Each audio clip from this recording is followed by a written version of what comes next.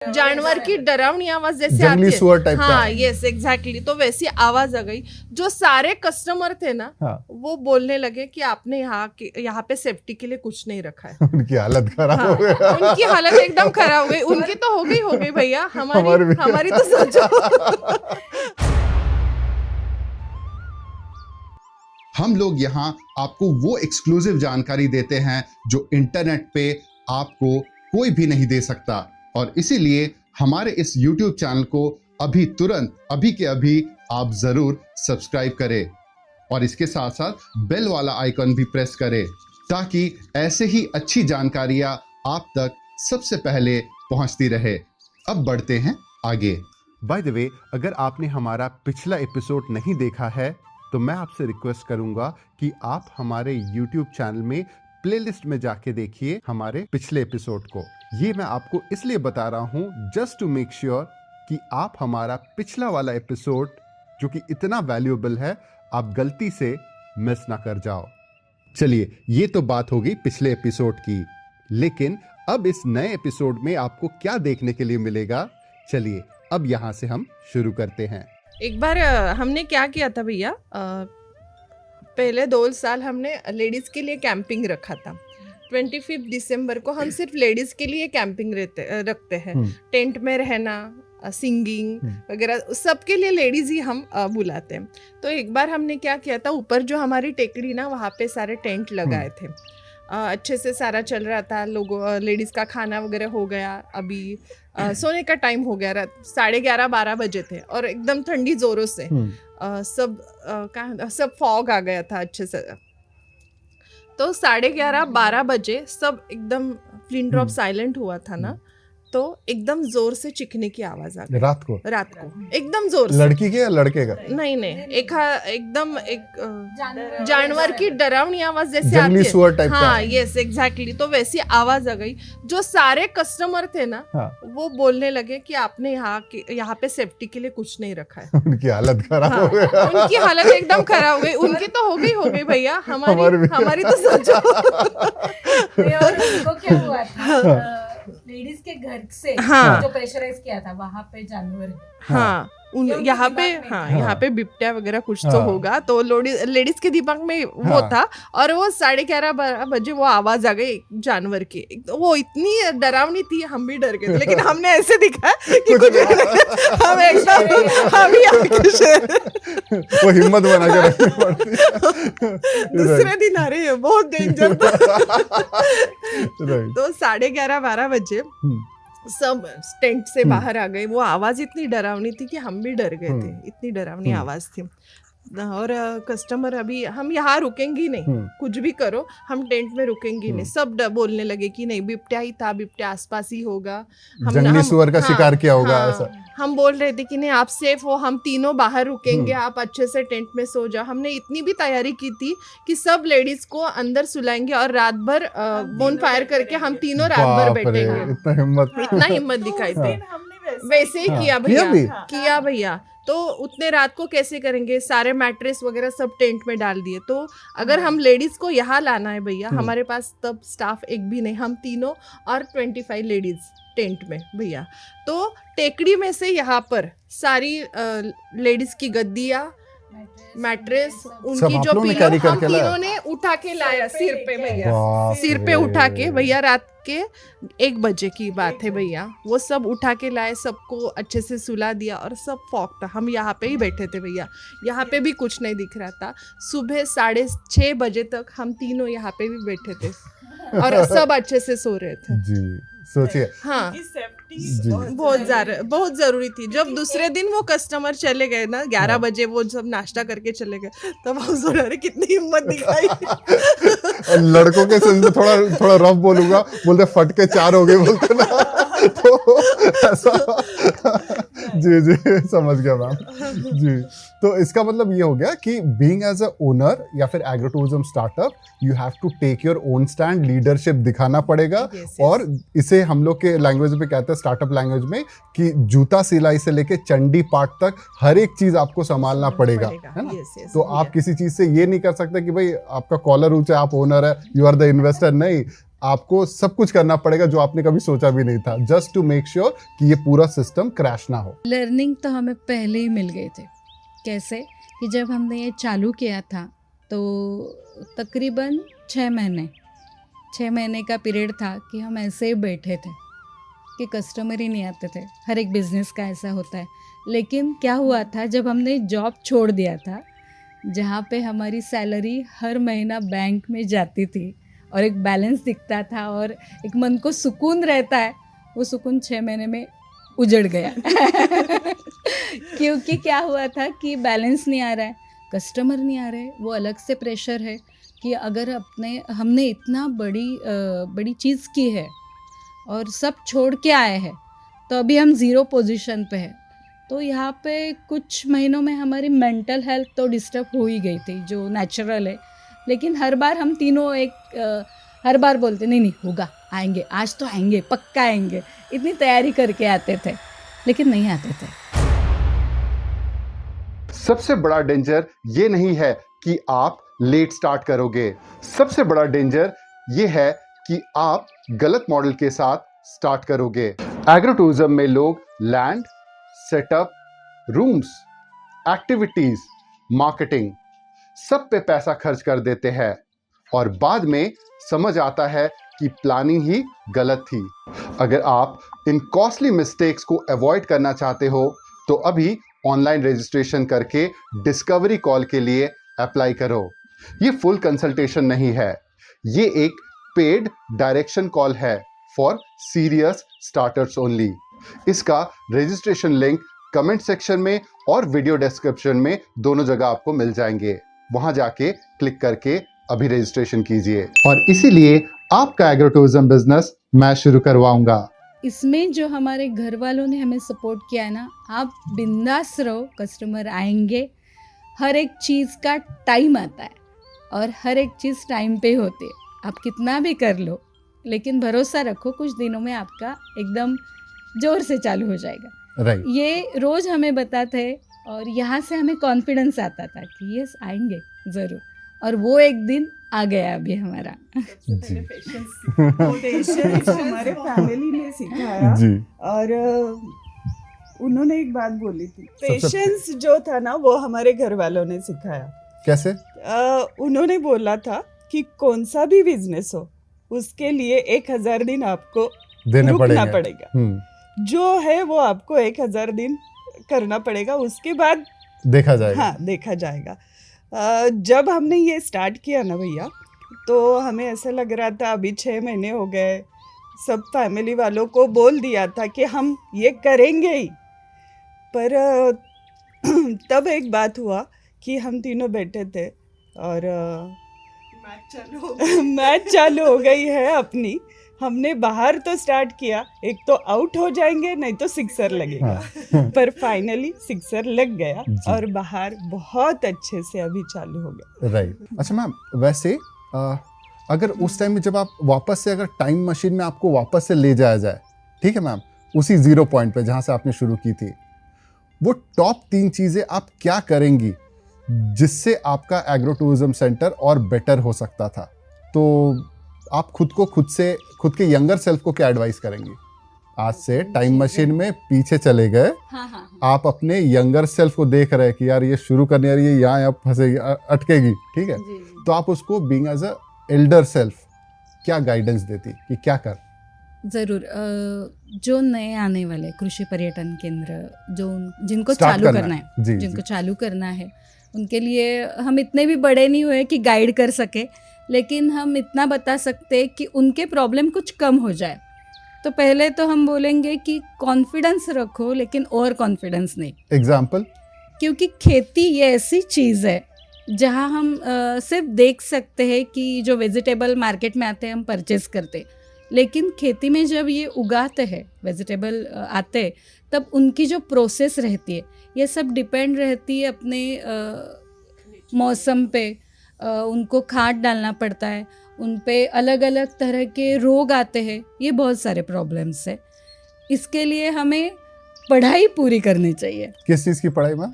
पढ़ाई जो है हम पौधों को या यहाँ पे आने वाले प्रॉब्लम को कैसे सॉल्व कर सकते हैं, अगर कोई कृषि पर्यटन केंद्र चला रहा है तो उनका थोड़ा सा गाइडेंस अगर आप ले ले तो आपके बहुत सारे प्रॉब्लम कम हो जाएंगे, ये हम ज़रूर बोल सकते हैं। राइट, तो इसका मतलब उस टाइम पे अगर आप शुरू करती, आप एग्रो टूरिज्म का गाइडेंस लेती, है ना मैम? जी, लेकिन जी। ऑब्वियसली मैम महाराष्ट्र में तो सबसे पहले आया था कृषि पर्यटन, तो आपसे कैसे वो ट्रेन छूट गई मैम? आपने जो पूछा है भैया कि कृषि पर्यटन महाराष्ट्र में है ही, लेकिन ये जो ट्रेन छूटी है ना, हम इस ट्रेन में बैठने ही नहीं वाले थे, पहली बात ऐसी है। मतलब एग्रो टूरिज्म स्टार्ट नहीं करने वाले थे, ये कुछ नहीं, और स्टार्ट करने वाले जी थे। जी, एग्रो टूरिज्म हमारा बेस नहीं था। हमारा जो रेगुलर काइंड ऑफ रिसॉर्ट का जो था वो दिमाग में था कि हम वो चालू करेंगे। लेकिन जब हमने सीखा कि खेती हमारे ज़िंदगी में कितनी ज़रूरी है और ये आगे की पीढ़ी के लिए भी कितनी ज़रूरी है, जो बोलते हैं ना खेती की तरफ चलो, गांव की तरफ चलो, ये जो स्लोगन है ये बहुत सारा महत्वपूर्ण है हम बोलेंगे, और उसके पीछे जो कंसेप्ट है वो बहुत बड़ी चीज़ है, ये हमें सीखने के लिए मिली। और जब हमने ये सीखी तब हमने सोचा कि जो रिसॉर्ट चलाते, होटल चलाते, वो तो रेगुलर बेस पे है, जो कॉमन चीज़ें हम नॉर्मल बोलते हैं, बिजनेस है, हाँ। कॉमन चीज़ें जो चलाते, लेकिन कुछ हटके करना चाहिए जहाँ पे रोज़ हम चैलेंजेस फेस कर सके। तो ये कृषि पर्यटन जो है, हमें रोज़ हमें कोई ना कोई चैलेंजेस फेस करना ही पड़ता है। तो ये हमने लिया कि नहीं, हम कृषि पर्यटन चलाएंगे, लोगों को खेती के तरफ, कृषि की तरफ यहाँ पे लेके आएंगे, उनको भी बताएंगे कैसा है। इसके लिए ना भैया हमने जो फैमिली है ना, फैमिली तो है ही, लेकिन स्कूल ट्रिप भी आते हैं ना, वो भी अलग से हम स्कूल ट्रिप को ट्रीट करते हैं। Okay, right. वैसे मैम आखिरी सवाल आपसे पूछूंगा कि आपने जो आज के टाइम में अगर जीरो से उस टाइम में स्टार्ट करते, तो एग्रो टूरिज्म का वो कौन सा स्किल्स है आपको लगता है उस टाइम पे आपको जानना चाहिए था, अगर वो पता चल जाता तो आज शायद से और इससे 10 टाइम्स बेटर होता, वो भी मुझे बता दीजिए मैम। पहले तो अगर आपको कृषि पर्यटन करना है तो पूरी जानकारी होनी चाहिए खेती के बारे में, उसकी जो जड़ें है, पौधों की जड़ें, मिट्टी को क्या बेसिकली प्रोडक्शन को लेके, मिट्टी कि को प्रोडक्शन लेके। फार्म में प्रोडक्शन और उसकी क्वालिटी कैसे मेंटेन की जा सके। जी, पहला तो ये हो गया। जी जी। दूसरा जो है, यहाँ पे इन्वेस्ट करने के लिए एक बार सोचना चाहिए कि क्या इन्वेस्ट करना चाहिए, कौन से चीज़ में इन्वेस्ट करना चाहिए, जहाँ से हमने इन्वेस्ट किया है वो रिटर्न आएगा या नहीं आएगा, या ऐसे ही हम कर रहे हैं कि नहीं डालते जाओ पैसे हो जाएगा, तो ऐसा नहीं होता है। ट्रायल्स एंड एरर्स में एक्सपेरिमेंट करना, वो जी। बोलते हैं। जी जी मैम। जी।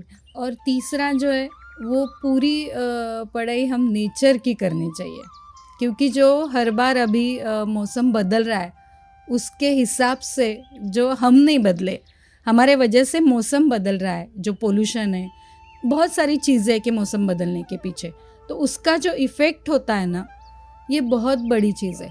क्योंकि अभी बारिश के दिन नहीं है, फिर भी बारिश आ रही है।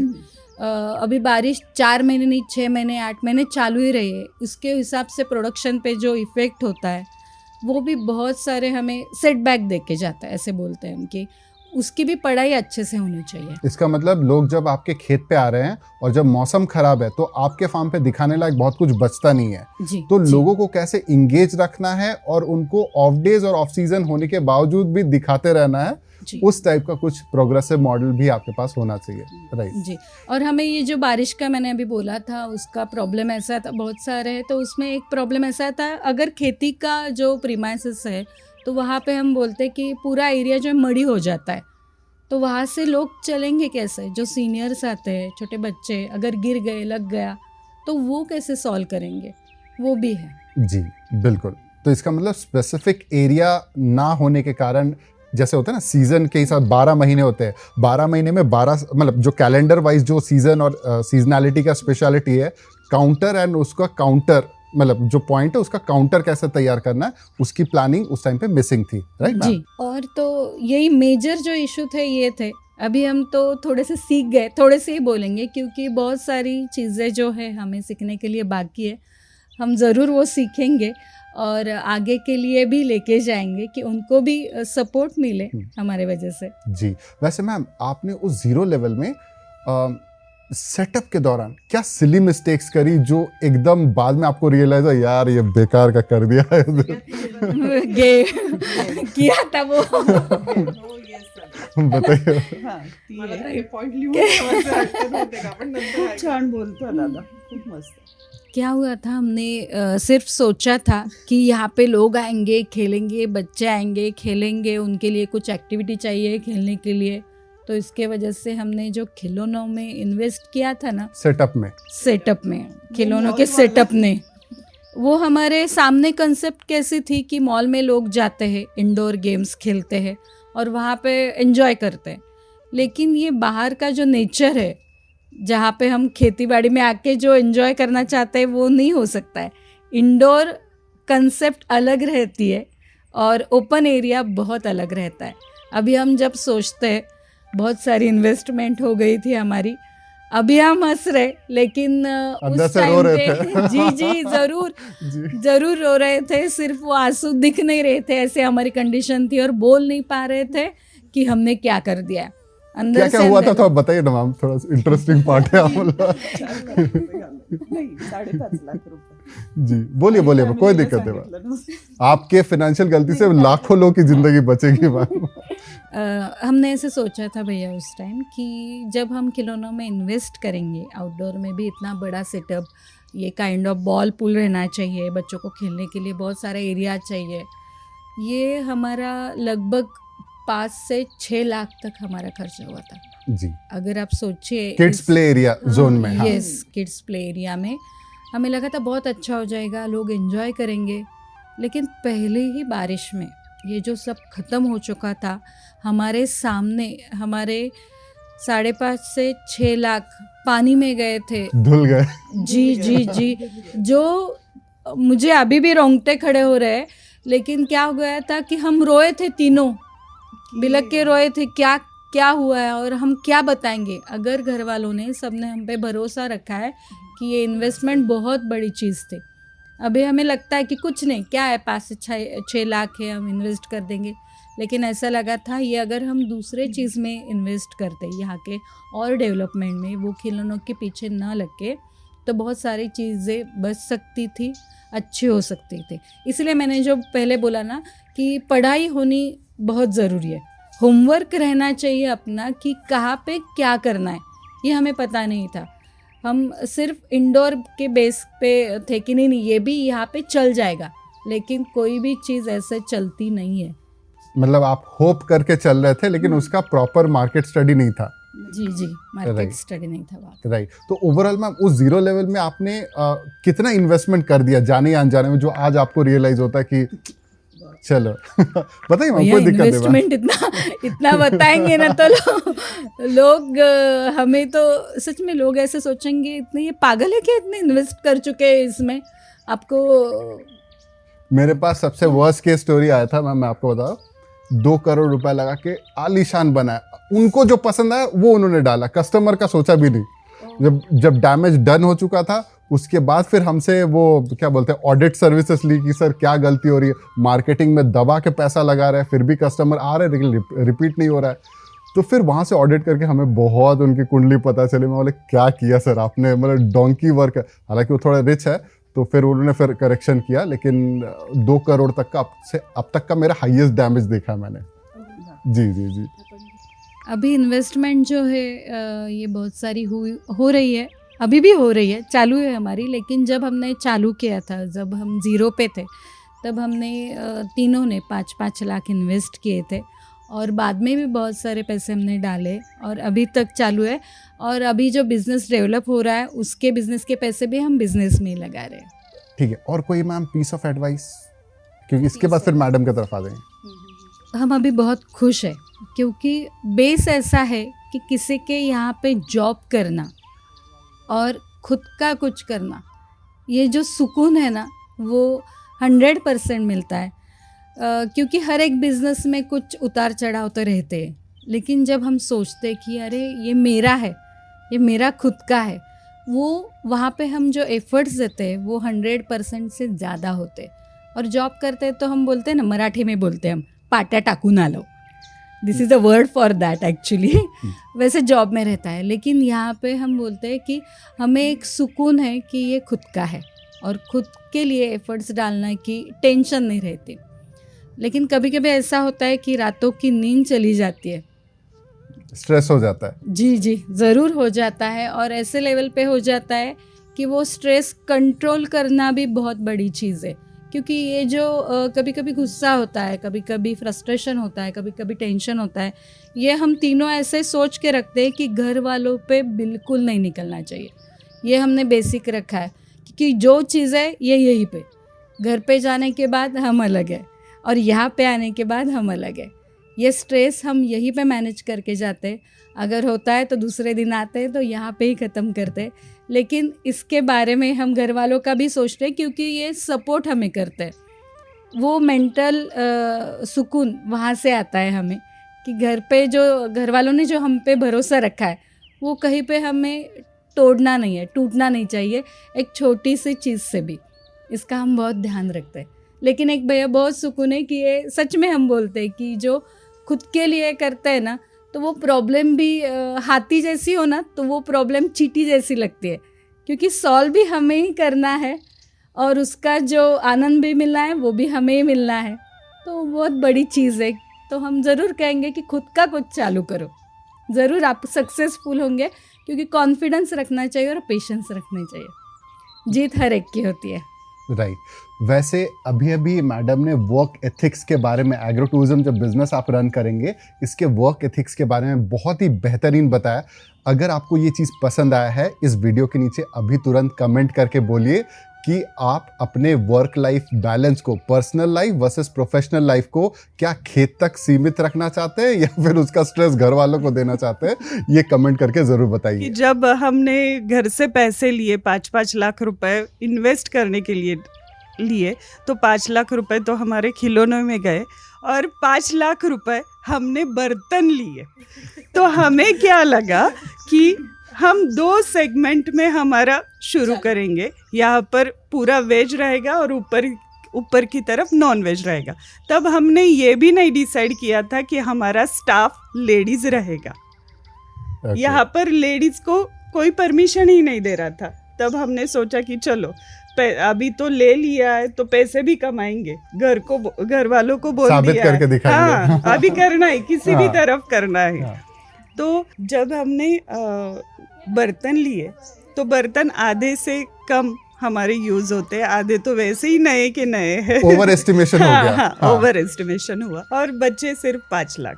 5 लाख में यहाँ का लेबर, यहाँ का सैलरी, सप्लाई, लाइट बिल, सब किराना, सब कैसे मैनेज करना है, वो थोड़ा सा गड़बड़ी हो गया था 6 महीना। डिफरेंस सिर्फ इंफॉर्मेशन का नहीं है, डिफरेंस होता है राइट एक्सपर्ट की गाइडेंस का, सही स्टेज पर सही डायरेक्शन में। अगर आप गेस वर्क बंद करके प्रोफेशनली ये समझना चाहते हो कि आपके लिए एग्रो टूरिज्म में एंट्री का बेस्ट रूट क्या है, तो डिस्कवरी कॉल के लिए तुरंत अभी अप्लाई करो। ये पेड कॉल उन्हीं लोगों के लिए है जो सीरियस इंटेंट के साथ आगे बढ़ना चाहते हैं। लिंक इस वीडियो के डिस्क्रिप्शन बॉक्स में या फिर कमेंट सेक्शन में आपको मिल जाएगा। तो देर किस बात की, तुरंत क्लिक करके अभी रजिस्ट्रेशन करके आप इस डिस्कवरी कॉल में आ सकते हैं और इसीलिए आपका एग्रो टूरिज्म बिजनेस मैं शुरू करवाऊंगा। तो मैडम मैं ये समझना चाहूँगा कि आप लोगों ने उस टाइम पे 0 लेवल पे था, बर्तन अपने हिसाब से आपने ला दिए, ओवरकिल हो गया। अब ऑब्वियसली उसके बाद भी आपने फिर 2 सेगमेंट फिर ढूंढे थे, एक था वेज और दूसरा नॉन वेज, ठीक है। अब ये नॉन वेज से आपने रिवर्स गियर लेके फिर वेज में कैसे उतर आए, उसके बारे में बता दीजिएगा। हाँ, जब हमने ये 2 सेगमेंट लिए थे पहले, वेज और नॉन वेज, सिर्फ कमा कर दिखाना ही है। हम इतनी जिद पर अड़ गए थे कि हम कुछ कर दिखाएंगे। तो जब हमने यहाँ का पूरे परिसर का जब अभ्यास किया, यहाँ तो सारे नॉनवेज की दुकानें थी, दुकानें ही बोलूँगी मैं, नॉनवेज की दुकानें थी। यहाँ पर वेज नहीं मिल रहा था कहीं पे। तो हमने तब सोचा कि यहाँ पर अगर लेडीज़ है तो हम वेज की तरफ ही जाएंगे, क्योंकि नॉनवेज आया तो दूसरी अलग बातें भी दारू वारू भी आ जाती है, छेड़खानी और ये मेंटल स्ट्रेस। हमारे यहाँ जो लेडीज़ काम करती है उनके फैमिली ने हमारे ऊपर बहुत सारा भरोसा रखा है। उनका भरोसा कभी ना टूटे, उनको कोई भी तकलीफ ना हो, इसीलिए हमने प्योर वेज की तरफ देखा। राइट, तो ये ट्रांजिशन राइट मूवमेंट में आ गया। हाँ, हाँ। उसके बाद फिर क्या ग्रोथ हुई आपकी? तो जब प्योर वेज कश्यपी डैम के यहाँ अगर आ गया है तो बहुत सारे लोग डैम पर घूमने आते थे। तो गुजराती मारवाड़ी जो लोग रहते हैं वो प्योर वेज की तरफ ज़्यादा जाते हैं, ऐसे हमें लगता था। बाय द वे, आप लोगों की जानकारी के लिए बता दूं, जहां ना पहुंचे रेलगाड़ी वहां पहुंचे मारवाड़ी। तो हर जगह पे मारवाड़ी रिच वेल ऑफ लोग हैं। बस उन लोग वेज का सोर्सेज ढूंढते हैं, क्योंकि उन लोगों को डर क्या रहता है, वेज नॉन वेज दोनों, अरे यार छुआछूत तो हो जाएगा। और ये राइट सर। तो तब हमारे यहाँ बहुत अच्छा क्राउड आने लगा। तो उसके बाद क्या हुआ कि वो लोग आने लगे, उनकी माउथ पब्लिसिटी से बहुत लोग आने लगे, दूसरे लोग जुड़ने लगे, चेन बढ़ने लगी और मारवाड़ी और गुजराती ज़्यादा जुड़ गए। राइट, क्योंकि जॉइंट फैमिलीज होती हैं इन लोग की। तो एक अगर पर्सन आते हैं तो उसके पीछे 10 फैमिली रेफरेंसेस भी लेके आते हैं। तो वहां से वर्ड ऑफ माउथ होके आप लोग का रिकमेंडेशंस बढ़ने लग गए। राइट मैम, तो ये आपका एक ऑर्गेनिक तरीका भी था मार्केटिंग और प्रमोट करने का। ठीक है मैम, राइट, समझ गया। अभी है ना, मार्केटिंग स्ट्रेटेजी के लिए मार्केट में एक नया स्कैम आया, पता है क्या भैया? बिल्कुल बताइए मैम। अवॉइड चाहिए आपको? हाँ, 40,000 रुपए चाहिए। मतलब पैसा, खुद का पैसा देके खुद को अवार्ड दिलवा। ऐसे तो बहुत सारे हुए हमारे साथ।